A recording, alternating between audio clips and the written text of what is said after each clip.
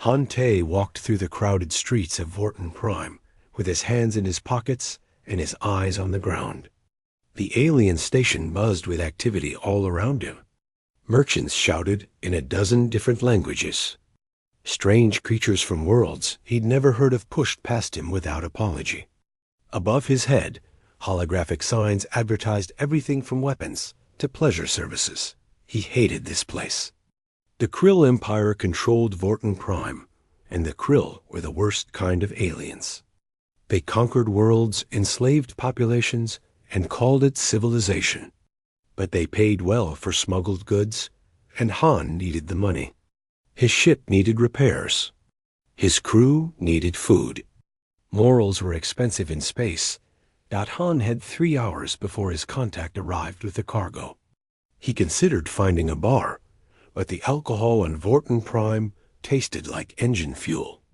Instead, he found himself walking toward the Grand Exhibition Hall. He'd heard about it, but never seen it.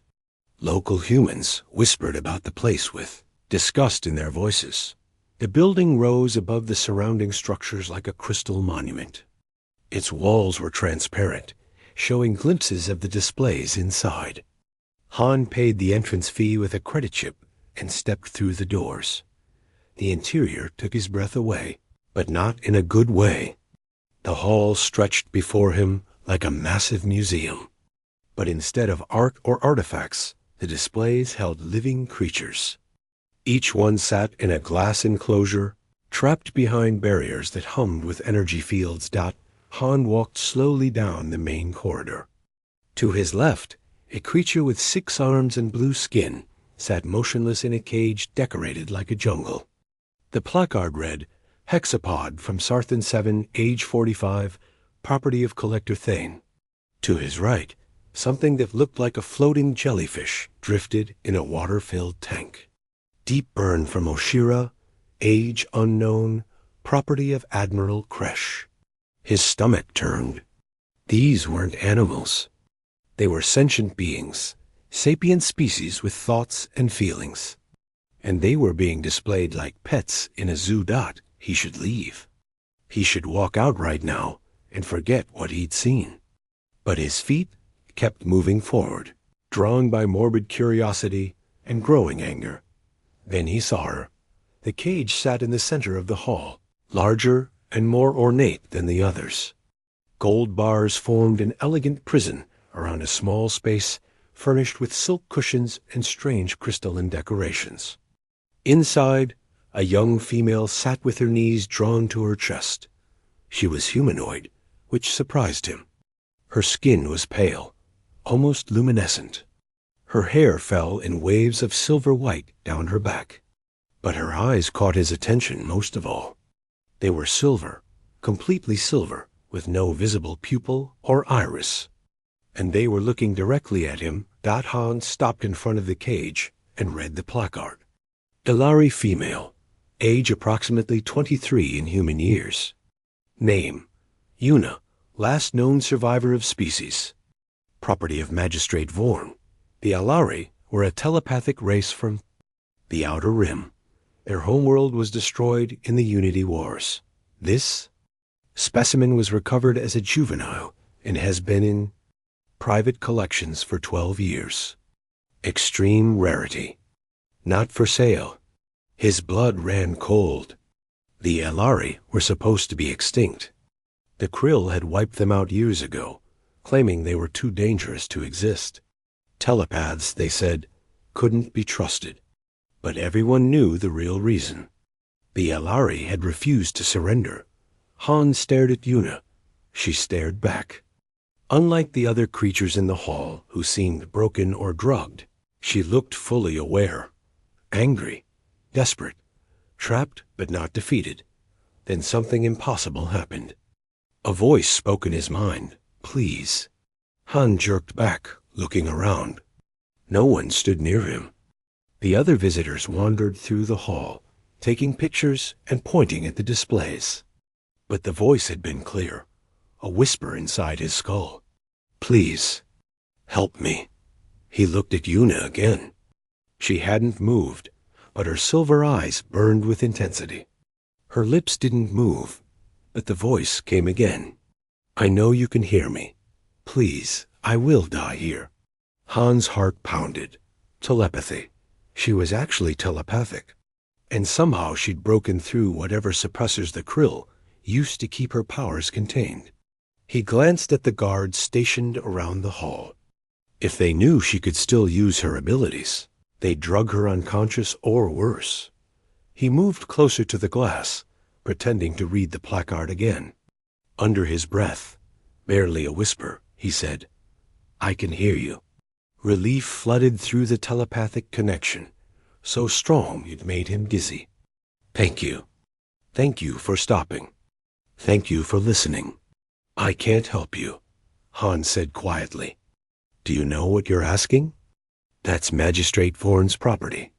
He's one of the most powerful krill on this station. And you're in the most secure building on Vorten Prime. I know.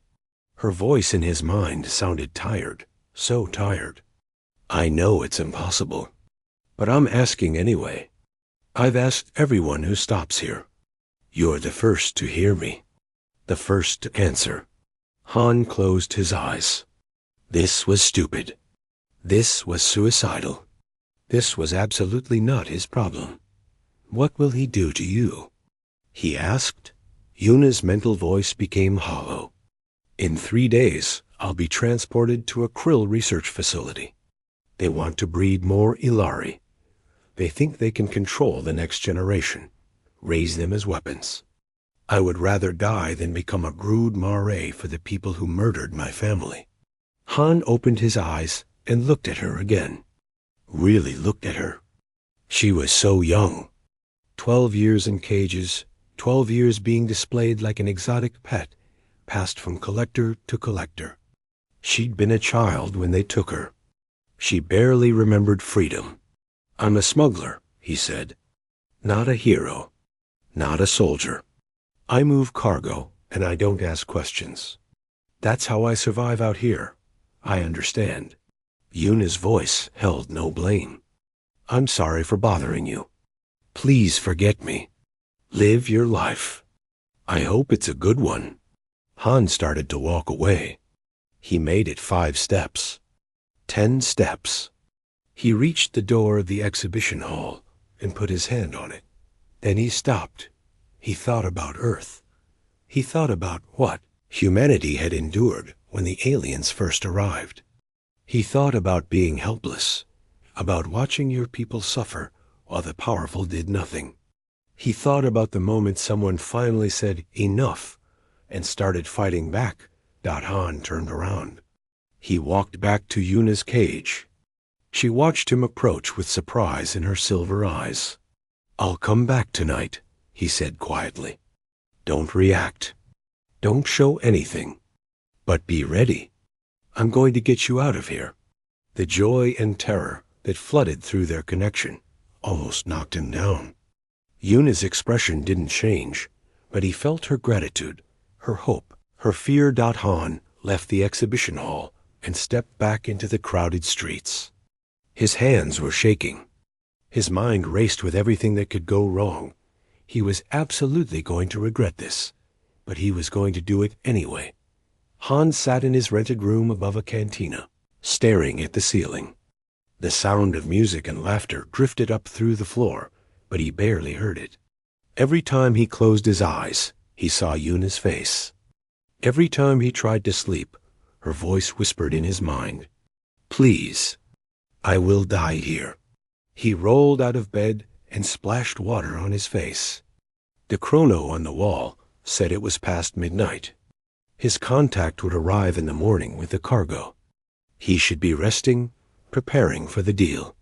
Instead, he was thinking about breaking into the most secure, building on Vorten Prime to rescue an alien he'd met 3 hours ago. You're an idiot, he told his reflection.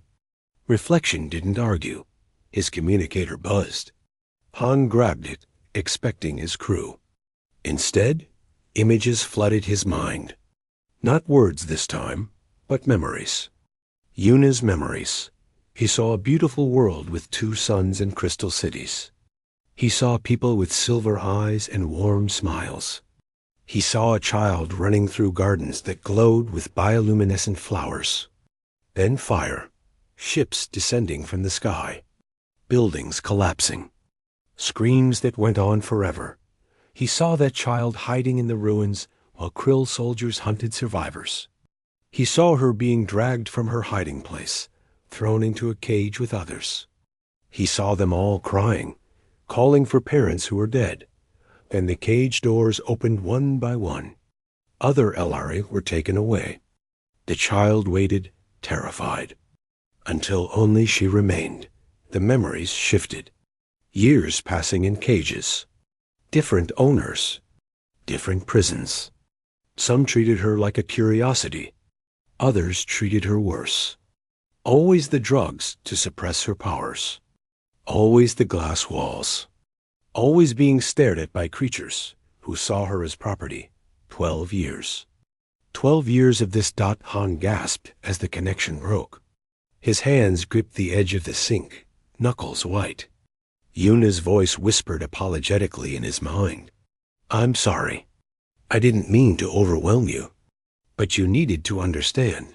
Why me?" Han asked out loud. "Why did you choose me?" "I didn't choose you. I've been calling out to everyone who stops at my cage for months. You're the first human. You're the first who heard me." Han dried his face with a towel. "Humans aren't telepathic. How can I hear you?" "I don't know. Maybe because your minds are different from other species. Less structured, more chaotic. The suppressors can't predict human thought patterns. Maybe that's why you can hear through them." He walked to the window and looked out at Vorten Prime's glittering skyline.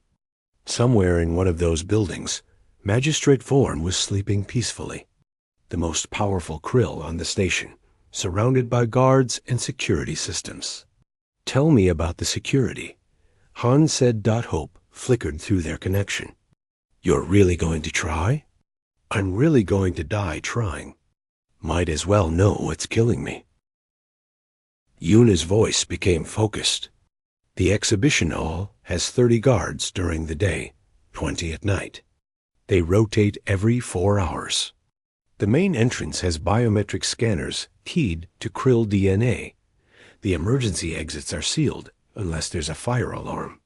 "What about your cage specifically?" "It has a triple lock system. Biometric scanner, retinal scan, and a code that changes daily. Only Magistrate Vorn and his head of security know the code." Han laughed bitterly. "That's it? I thought it would be hard. There's more. The cage has sensors that detect tampering. If anyone tries to break in, it triggers a station-wide alert. The glass is reinforced polymer, nearly indestructible. And even if you got me out, there are checkpoints at every docking bay. We'd never reach your ship. You're really selling this rescue plan." "I'm being honest. If you try this alone, you'll die. And I'll watch you die, and then they'll drug me unconscious, so I can't reach out to anyone else ever again." Her voice cracked with emotion. "Maybe that would be mercy." Han was quiet for a long moment. Then he said, "I'm not alone." "What?" "I have a crew. 3 others. We've worked together for 5 years. We're good at impossible things. Would they help? Why would they risk their lives for me?" Han thought about his crew. Day Bin, his co-pilot, who'd been with him since the beginning. Nari, the young hacker who joined them after the Krill destroyed her colony. Wu, the Krill defector who switched sides after witnessing his own people commit atrocities. "Because they're human," Han said simply. "And we're really good at making terrible decisions." He felt Yuna's confusion. She didn't understand. How could she? Her people had been peaceful, civilized.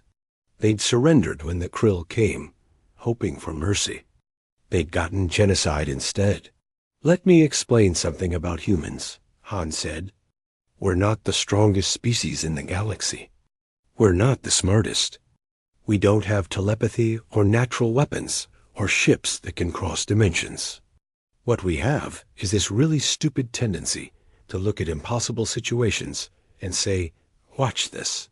I don't understand." When aliens first came to Earth, they tried to conquer us. They had better ships, better weapons, better everything. Every logical species would have surrendered. We looked at their fleets and said, "Okay, but what if we rammed them with our primitive ships?" It worked.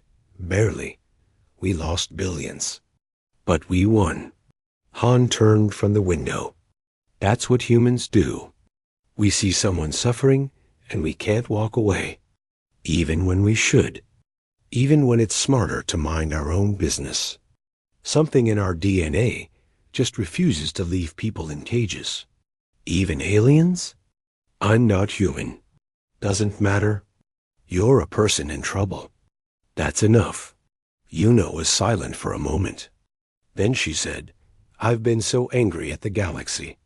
At every species that knew the Krill were doing this and did nothing. I watched visitors walk past my cage every day. Some looked sad. Some looked uncomfortable. But they all walked away. Yeah, well, I'm trying to walk away too. I'm just really bad at it." For the first time in their connection, Han felt something like laughter from Yuna. Weak, exhausted, but genuine. "When?" She asked. "Give me 24 hours. I need to contact my crew, make a plan, and acquire some things." "Can you hold on that long?" "I've held on for 12 years. One more day won't kill me." She paused. "Actually, it might. If they move up the transport schedule. Can you use your telepathy to find out?" "I can sense emotions, not specific thoughts. But I'll try to listen to the guards. If something changes, I'll warn you." Han grabbed his communicator and started composing a message to his crew. As he typed, he said, "One more question. If we do this, if we somehow get you out, what then? Where do you want to go?" Yuna's mental voice became very quiet. "I don't know. I don't remember freedom. I don't know what I want, because no one ever asked me before." "Well, start thinking about it. Because in 24 hours, you're going to have choices again. Might want to figure out what to do with them." Han. "Yeah? Thank you. Even if this fails, even if we both die tomorrow. Thank you for trying. Thank you for not walking away." Han finished typing and sent the message. 3 separate communication channels, all coded. His crew would understand. They'd either respond with agreement or tell him he'd finally lost his mind. "Don't thank me yet," he said. "Wait until we're clear of the station. Then you can thank me by never getting captured again. Deal." The connection faded as Yuna pulled back to conserve her strength. Han was left alone in the room, staring at his communicator and waiting for responses. The first reply came from Nari. "Are you insane?" "I'm in." The second came from Wu, finally doing something worthwhile. "Count me in." The third came from Day. "I hate you. Meet at the ship in 1 hour." Han smiled. His crew was just as stupid as he was. Thank the stars for that. He grabbed his jacket and headed for the door. They had 24 hours to plan the impossible. Time to get to work. The cargo bay of Han's ship smelled like oil and recycled air. Day sat on a storage crate with his arms crossed, glaring at Han with the expression of someone who'd heard the stupidest idea in human history. Nari leaned against the wall, her fingers dancing across a datapad. Wu stood near the door, cleaning a weapon he'd pulled from somewhere inside his jacket. Han finished explaining the situation. The silence that followed was heavy. "So let me understand this," Day said slowly. "You want us to break into the Grand Exhibition Hall, which is owned by Magistrate Vorn, who commands a private army. You want to steal his most prized possession, which is locked in a cage with 3 different security systems. And then you want to escape from a station controlled by the Krill Empire. Who will be hunting us with everything they have? That about covers it, Han said. And we're doing this for an alien girl you met 3 hours ago. Also correct. Day looked at the others. Anyone else think this is suicide? Absolutely, Nari said without looking up from her datapad. But I've already started mapping the security systems. Give me 2 hours, and I'll have a way through their network. Wu chambered around in his weapon. The Krill killed my birth family when I refused to participate in their expansion wars. Then they killed my adopted family for harboring a deserter. If Han wants to kick them in the teeth, I'll hold the door open. Day groaned and put his face in his hands. You're all insane. Every single one of you. Does that mean you're in? Han asked. Of course I'm in. Someone has to keep you idiots alive. Day stood up and walked to the center of the bay. Okay, if we're doing this, we're doing it smart. Nari, what do we know about their security? Nari pulled up a holographic display from her datapad. The Grand Exhibition Hall appeared in blue light, rotating slowly. The building has 3 levels. The main exhibition floor, an administrative level, and a basement that houses power systems and holding cells for new acquisitions. The security network is impressive, but it's old. Krill tech from 20 years ago. I can hack it, but I'll need a physical access point. How do we get you to an access point? Han asked. Maintenance tunnels. Vorton Prime is an old station, built in layers. There's a whole network of tunnels under the main plaza. I can access the exhibition hall systems from there. She expanded the hologram to show the tunnel system. Here, this junction is 50 meters from the hall's main power relay. I splice in there. I own their cameras and sensors for about 10 minutes before someone notices. 10 minutes isn't much, Day said. 10 minutes is enough if we're fast. Wu pointed to the hologram. What about guards? Human element is always the wild card. Nari switched the display. Guard patrol routes appeared as moving dots. 20 guards on the night shift. They rotate every 4 hours. The shift change happens at midnight. During the change, there's a 15-minute window where both shifts are present but confused about assignments. That's our window. Han studied the patrol routes. We need a distraction. Something big enough to pull guards away from the main hall. Already working on it, Nari said with a grin. There's a cargo ship docked at Bay 17, registered as carrying mining equipment. According to their manifest, they're also carrying unstable plasma cells that need to be handled carefully. What if we made them think those cells were leaking? Wu suggested. Better. What if we made them think the cells were about to explode? Nari's grin widened. I can trigger a false alarm in their containment system. The station's emergency response will evacuate the entire docking section. Guards, civilians, everyone. They'll pull resources from everywhere to deal with it. Day nodded slowly. That could work. But we still have the problem of the cage itself. 3 locks, biometric systems, and sensors that trigger alarms if tampered with. How do we open it? The group fell silent. This was the critical problem. They could get into the building. They could reach Yuna's cage. But opening it was another matter entirely. Han cleared his throat. Yuna can help with that. The telepathic girl? Wu asked. How? She's been hiding her abilities from the Krill. The suppressors aren't as effective as they think. She can cloud minds, create confusion, even force hallucinations if she's close enough. Nari looked skeptical. How strong is she? I don't know exactly. But she reached out to me from inside a suppression field. That shouldn't be possible.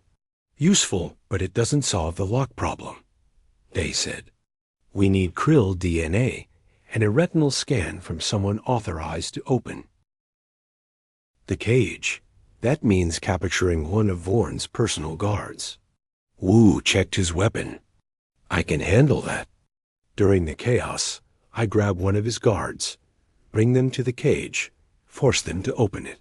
Without killing them, Han added. We're rescuing someone, not starting a war. I make no promises. Nari closed her hologram. Okay, so here's the plan. At midnight, I trigger the false alarm at Bay 17. Guards rush to respond. During the confusion, Wu captures one of Vorn's guards. Han and Day move to Yuna's cage. Wu brings the guard, forces them to open the locks. Yuna uses her telepathy to cover our escape. We run like hell to our ship and jump to hyperspace before they can scramble fighters. What could possibly go wrong? Day said sarcastically. Everything, Han replied. That's why we need a backup plan. They spent the next hour working through contingencies. What if the guard refused to open the cage? What if Yuna was too weak to help? What if the alarm triggered faster than expected? For every problem, they found a solution. Some solutions were better than others. Nari pulled Han aside while the others argued about escape routes. Can I ask you something? Sure. Why are you doing this? You've been smuggling for 5 years. You've seen terrible things and walked away. Why is this girl different? Han thought about it. He thought about Yuna's memories, her 12 years of captivity, her desperate plea for help. But it was more than that. When I was a kid, Earth was occupied by the Gathir, he said quietly. They weren't as cruel as the Krill, but they made it clear we were inferior.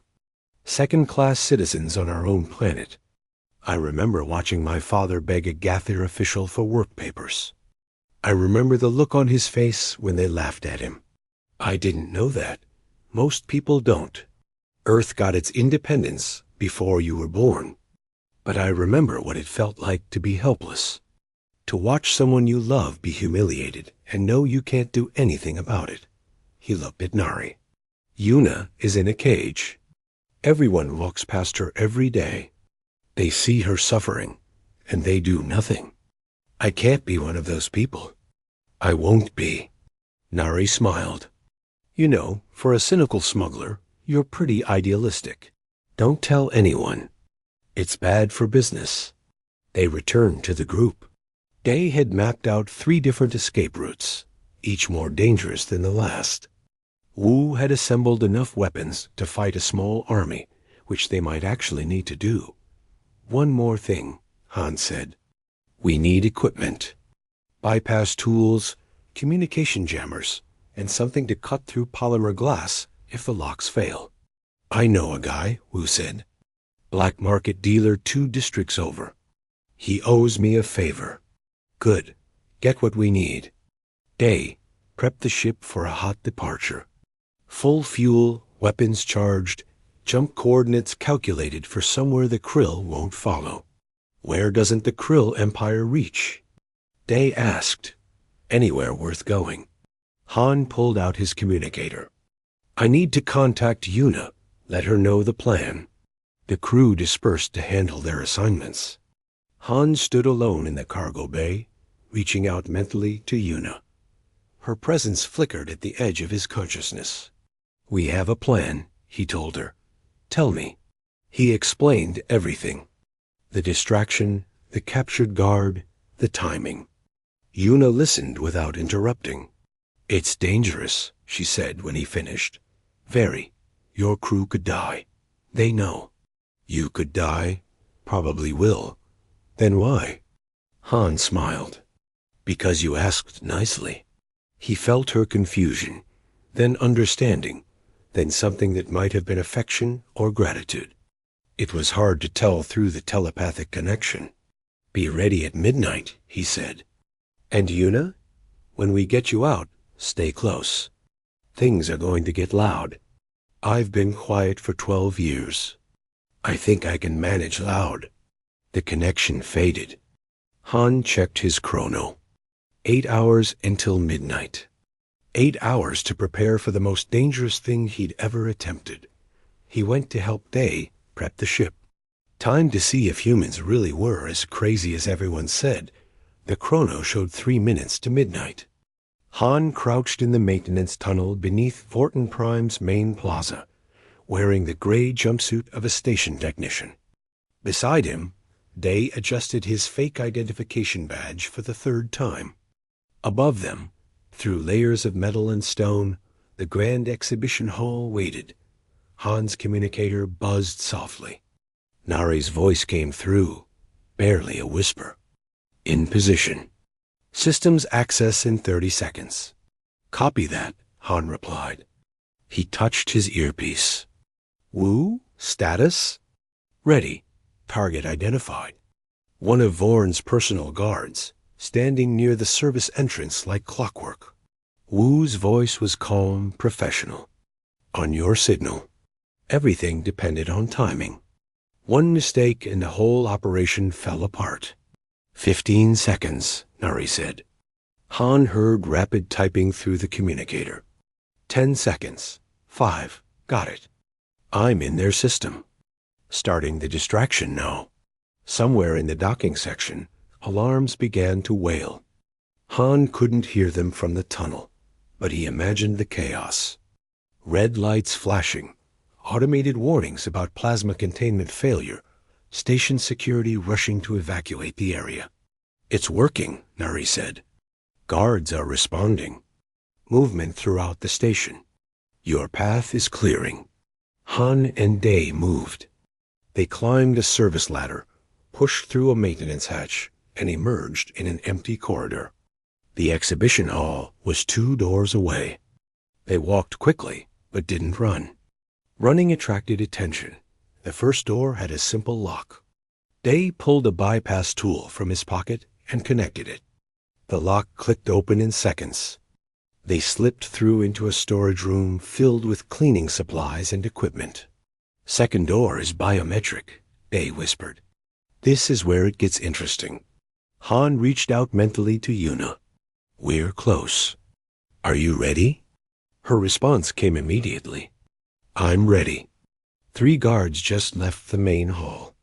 5 remain, but they're distracted. The alarms have them confused. Can you help with the biometric lock? I can try. Give me a moment. Han and Day waited at the door. Through the small window, they could see part of the exhibition hall. Display cases glowed softly in the dim lighting. Yuna's cage sat in the center, just visible from this angle. The guard at your door, Yuna's voice came through. He's tired. His shift was supposed to end an hour ago. He's thinking about his mate waiting at home. I'm pushing those thoughts, making them stronger. He wants to leave his post. They watched through the window. A krill guard stood near their door, his attention on a datapad. He looked up, glanced around, then back at his screen. His posture shifted, uncomfortable. It's working, Yuna said, strain evident in her mental voice. He's leaving. Now. The guard walked away from the door, heading deeper into the hall. Han used the bypass tool on the biometric lock. It flashed red once, twice, then green. The door opened. They stepped into the grand exhibition hall. The place looked different at night. The displays cast strange shadows. Creatures stirred in their cages, sensing the unusual activity. Han forced himself not to look at them. He couldn't save everyone. Not tonight. Just one. Yuna's cage was 50 meters away. They moved between displays, staying low. 3 guards remained visible, all looking toward the far exit where sounds of the alarm echoed faintly. Woo, Han whispered into his communicator. We need that guard. Now. On it. Han and Day reached Yuna's cage. She stood pressed against the bars, her silver eyes wide. Up close, Han could see how thin she was, how the drugs and confinement had weakened her. But her eyes burned with determination. Hello, she whispered aloud. Her voice was soft, musical. We're getting you out, Han said. A commotion near the service entrance interrupted them. Wu appeared. dragging a struggling krill guard. The guard wasn't small, but Wu handled him efficiently, a weapon pressed to his spine. "Open the cage," Wu commanded. The guard snarled in the krill language. Wu pressed the weapon harder. "Open it, or I open you." "He's afraid," Yuna said through the telepathic connection. "But he's also loyal." "He won't," alarms blared. Red lights flooded the hall. The cage sensors had detected unusual activity near the locks. "Damn it," they cursed. "They know we're here." Shouts echoed from the corridors. Guards were coming. The easy part was over. Wu slammed the krill guard against the cage bars. Last chance. The guard spat something in his language. Wu raised his weapon, but Yuna's voice cut through everyone's minds like a knife. "Enough." Everyone froze. The krill guard's eyes went wide with terror. Yuna stepped forward in her cage, pressing both hands against the glass. Her eyes blazed silver, brighter than Han had ever seen. "You will open this cage," she said aloud, her voice carrying power that made the air vibrate. "You will open it now." The guard's hand moved without his consent. He reached for the biometric scanner, pressed his palm against it. The first lock clicked open. His other hand went to the retinal scanner. The second lock disengaged. "The code," Yuna commanded. The guard's fingers moved across the keypad, entering numbers. The third lock released with a heavy thunk. The cage door swung open. Yuna stepped out of her prison for the first time in 12 years. She swayed, nearly fell. Han caught her, surprised by how light she was. "I've got you," he said. "I can walk," she insisted, but her legs trembled. "Debate it later," they said. Companies arriving. Guards poured into the hall from 3 different entrances.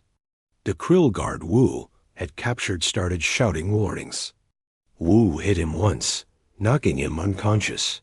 "Run," Wu said, pulling 2 weapons from his jacket. They ran. Day led, knowing the way back to the maintenance tunnel. Han supported Yuna, half carrying her when her legs couldn't keep up. Wu brought up the rear, firing at pursuing guards. Energy bolts screamed past them. One hit a display case, shattering the glass. The creature inside shrieked. More alarms joined the first, creating a symphony of chaos. "Left!" they shouted. Through the storage room. They burst through the door. They sealed it behind them, buying seconds. The maintenance hatch was still open. They climbed down fast, nearly falling. "Nari," Han gasped into his communicator. "Exit route, now." Already mapped. Tunnel 7 leads to Docking Bay 3. Your ship is Bay 5. You'll have to cross the main plaza. The plaza is crawling with security, they said. "I know. I'm working on it. Give me 30 seconds. They ran through the tunnels, Yuna stumbling between Han and Day. Behind them, the sealed door exploded. Krill guards dropped into the tunnel. Weapons ready. Wu turned and fired. His shots were precise, forcing the guards to take cover. "Go," he shouted. "I'll slow them down." "Wu, no," Han started. "Go." They went. The tunnel sloped upward, ending at a service hatch that opened into the main plaza. Han pushed it open and helped Yuna climb out. They followed, then turned back. "Wu's not coming," he said grimly. A series of explosions echoed from the tunnel. Then Wu emerged, covered in dust but grinning. "Collapsed it behind me. Should buy us a minute." The plaza was chaos. Station security rushed everywhere, responding to multiple alarms. Civilians ran in confusion. Somewhere, someone was still shouting about plasma containment failure. "Nari, we're in the plaza," Han said.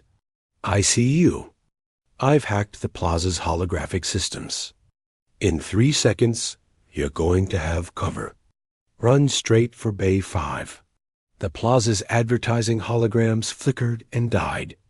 Then new images appeared. Hundreds of them, all identical. Fake people running in every direction, creating a maze of impossible targets. Brilliant, they whispered. They ran. Security guards fired at holograms. Real people collided with projections. The confusion was absolute.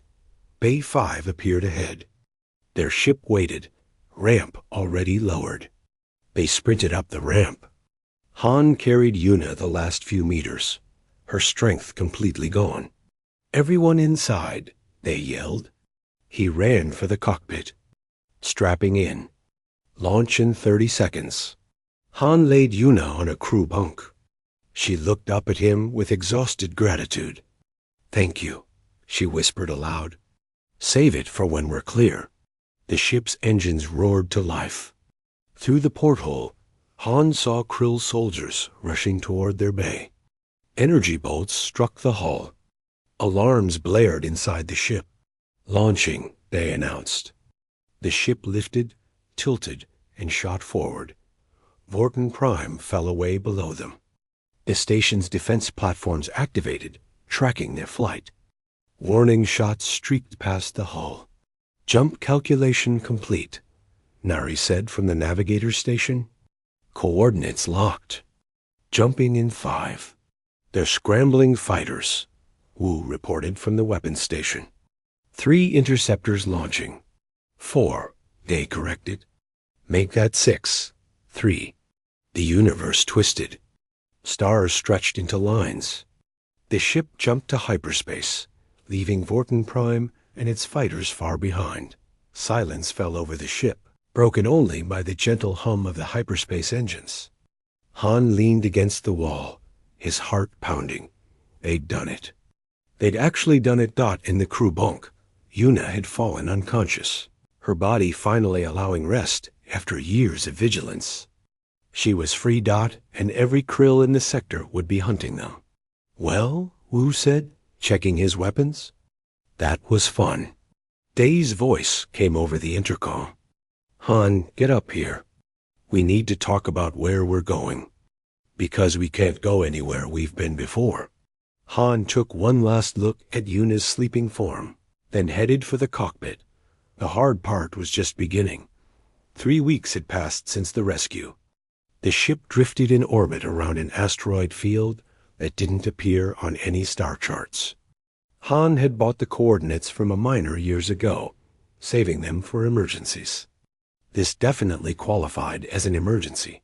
Yuna sat in the common area, staring out the main viewport at the stars. She did this every day, sometimes for hours. Han understood. After 12 years seeing stars only through cage bars and exhibition glass, she was making up for lost time. The ship's medbay had helped. The drugs were finally out of her system. She'd gained weight, color returning to her pale skin. But the real change was in her eyes.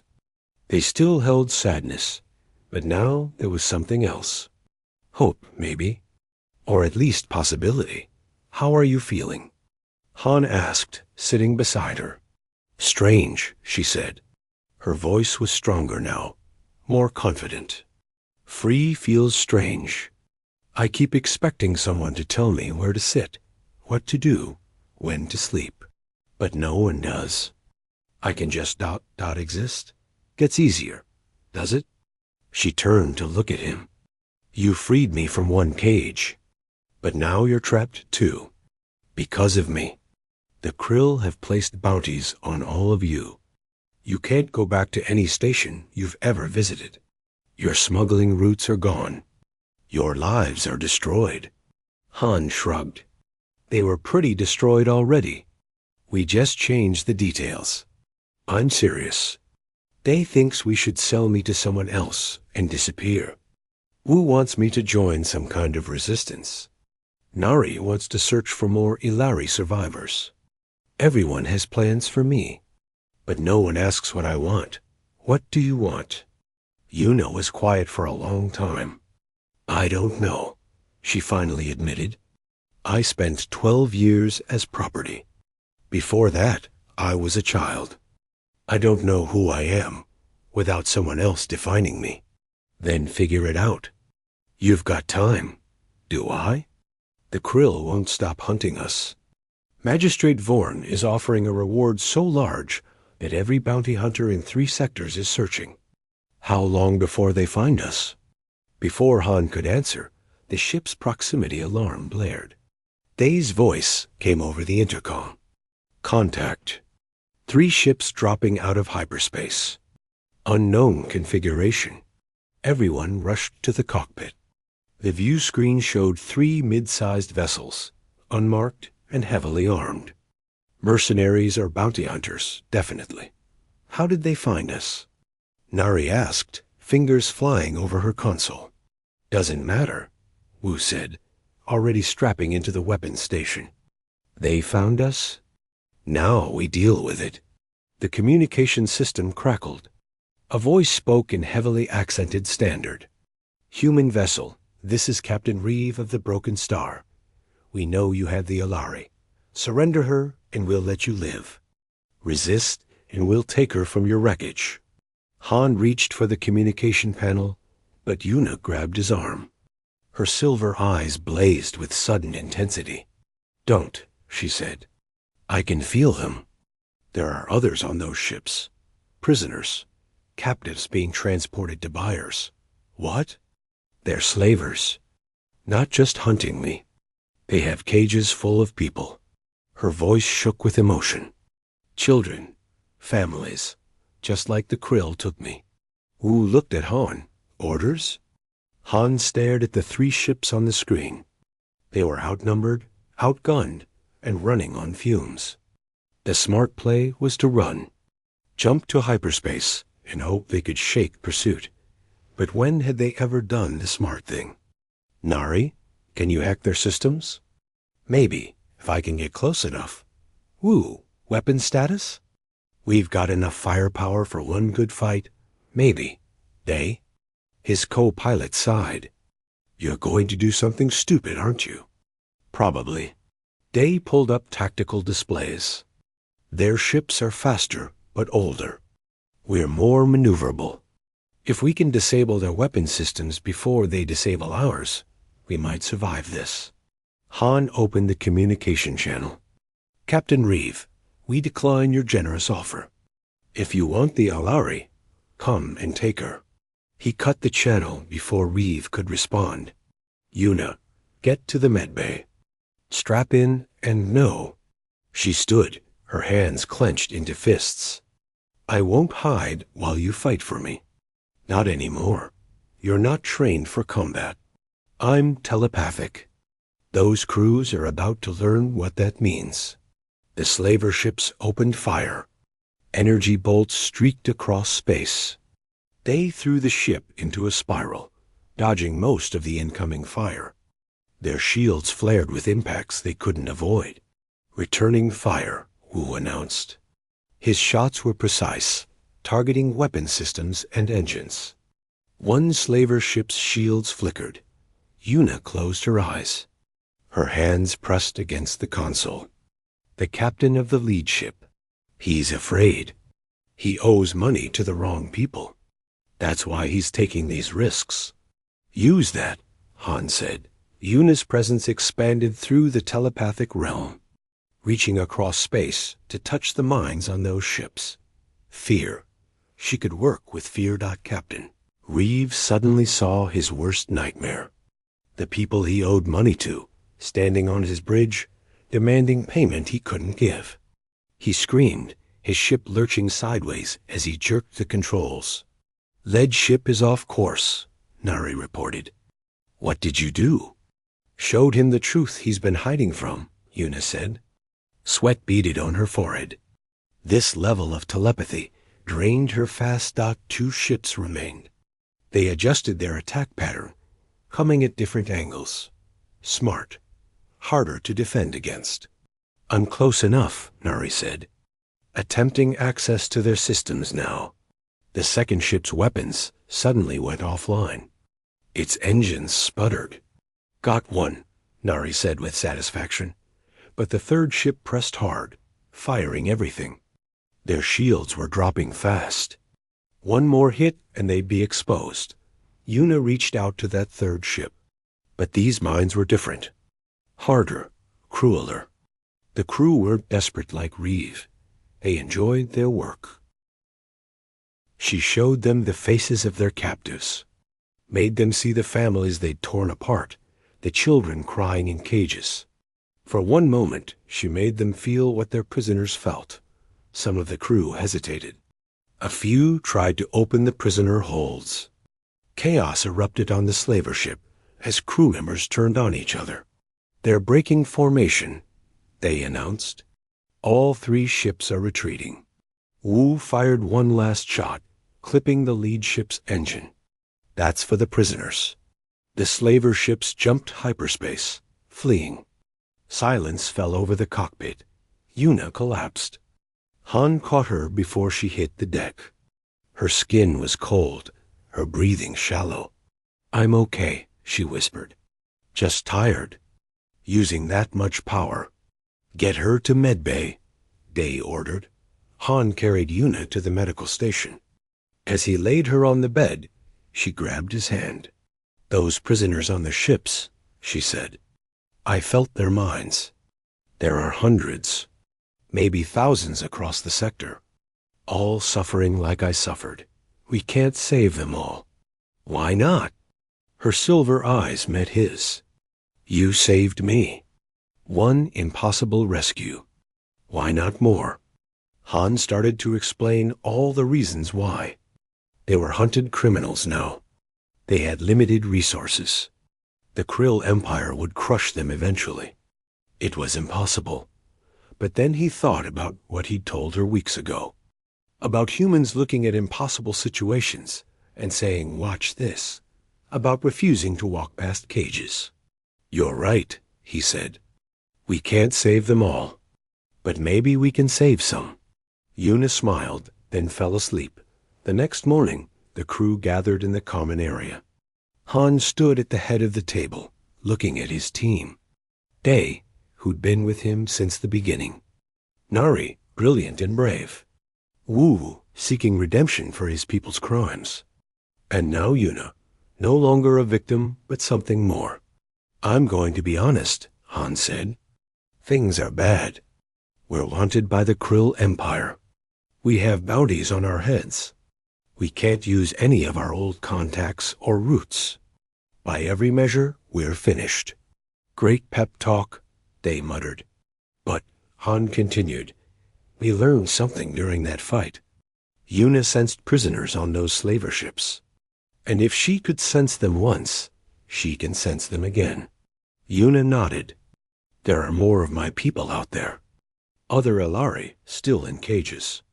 I can feel them, scattered across the galaxy. And not just Ilari.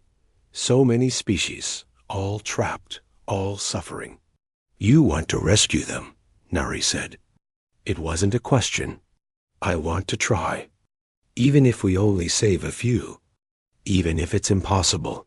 Wu cleaned his weapon thoughtfully. "We'd need more people. More ships. More resources. And we'd need information," they added.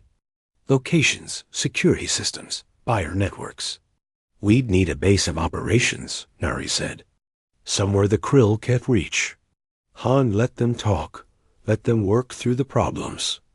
Then he said, "I know it's crazy. I know it's probably going to get us all killed. But Yuna asked me the same question I asked myself 3 weeks ago. What would you do if you were in that cage?" The crew was quiet. Then Day laughed, a tired sound. "You know what the problem is with humans? We're too stupid to know when we're beat. Is that a yes?" Han asked. "That's a, I hate you, but I'm in anyway." Nari raised her hand. "I can start building a database of known slaver operations. Cross-reference reports with Yuna's telepathic sensings." Wu nodded. "I have contacts in the Resistance. Former Krill military who defected. They'd help." Yuna looked around the table at these humans who'd risked everything for a stranger. "Thank you," she said quietly. All of you. For giving me back my choices. For letting me choose to help others. Han pulled up a star chart. Okay, we need a base first. Somewhere off the main routes. Then we need to recruit people crazy enough to join us. So, other humans, they said. Exactly. They spent the next hours planning. It was ambitious. It was dangerous. It was absolutely insane. But maybe that was the point. Una stood at the viewport again, watching the stars. But now she wasn't just watching. She was planning. All those minds out there, trapped and suffering. She could feel them calling Dot. Han joined her. Regret asking for help yet? Never.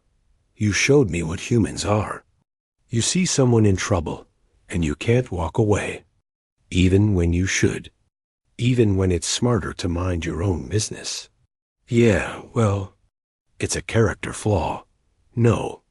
Una turned to face him. It's what makes you human. And it's what's going to change the galaxy. Han thought about that. One impossible rescue had become two.